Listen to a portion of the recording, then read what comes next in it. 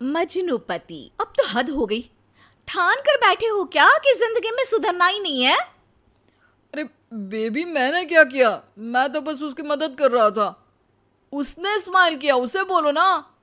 यार, पत्नी हो मेरी, इतना भरोसा तो करो अपने पति पर। I love you baby. पति पर भरोसा है, लेकिन उसके अंदर के मजनू पर नहीं है। अब इतने क्यूट पति को तुम्हें संभाल कर तो रखना ही पड़ेगा ना। मेरा क्या कसूर बेबी। ओह, बस हाँ, ये क्यूट वाला नाटक ना मुझ पर नहीं चलेगा। और जो भी क्यूटनेस है, प्यार है, वो सिर्फ मेरे लिए है। ये छिछोरपंती छोड़ दो। शीनू और चीनू की शादी को 1 साल हो गया। दोनों की है तो लव मैरिज, और दोनों के बीच लव भी बहुत है। लेकिन उस लव की ट्विस्ट कुछ अलग ही है, जो आप देख ही सकते हैं। ओए, छिछोरा मत बोलो। इज्जत बहुत है, किसी से भी पूछ लो। अगर कोई मुझे छिछोरा बोल दे तो। हाँ हाँ, बस सब जानती हूँ मैं। इस पर शीनू किलसते हुए किचन में चली जाती है, जिसे देखकर चीनू भी हंसते हुए उसके पीछे पीछे चल देता है। क्या है, पीछा क्यों कर रहे हो? अरे, अपने घर में घूम रहा हूं। तुम मेरे आगे आगे क्यों चल रही हो? उफ़ो, परेशान करके रखा है। देखना, एक दिन रोओगे मेरे लिए, फिर मेरी कदर मालूम होगी। अरे चल झूठी। इसी तरह दिन बीतते हैं और दोनों की नोक झोंक के साथ हंसी खुशी लाइफ चल रही होती है। एक दिन दोनों शॉपिंग के लिए मॉल जाते हैं। आज देखो कैसे तुम्हारी जेब खाली कराती हूँ। अरे, मेरी जेब में तो कुछ है ही नहीं, खाली क्या करोगी? अकाउंट में तो है ना? अरे ठीक है, जा शीनू जा, जी ले अपनी जिंदगी। मैं वॉशरूम होकर आता हूँ।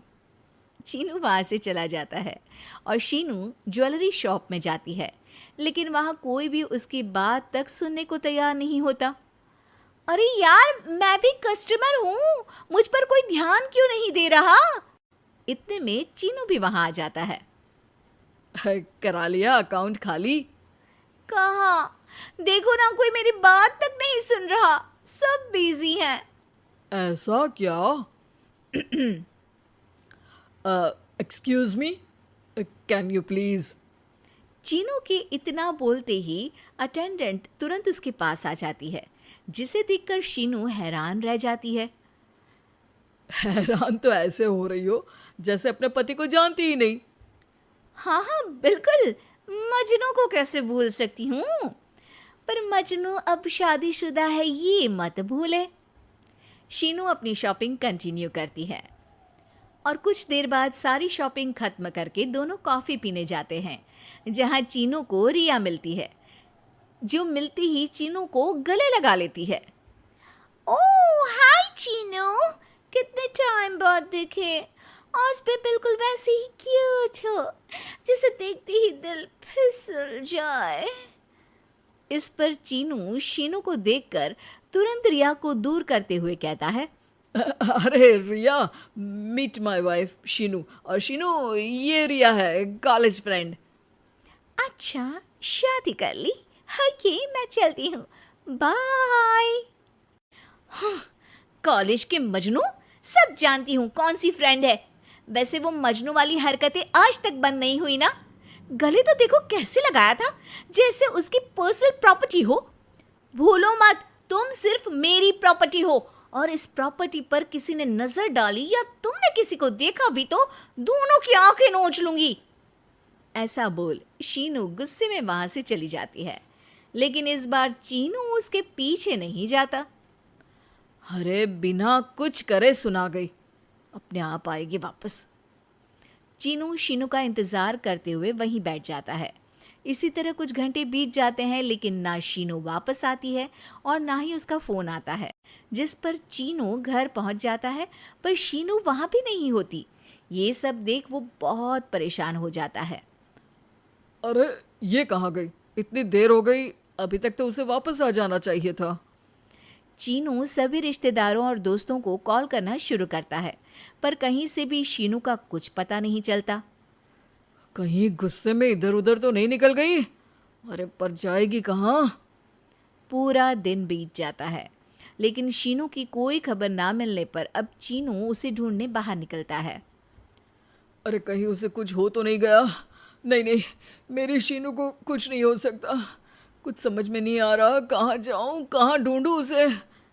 अब चीनू सभी पड़ोसी और आसपास के मार्केट में ढूंढ आता है, पर कुछ पता नहीं चलता। पूरा एक दिन बीत जाता है।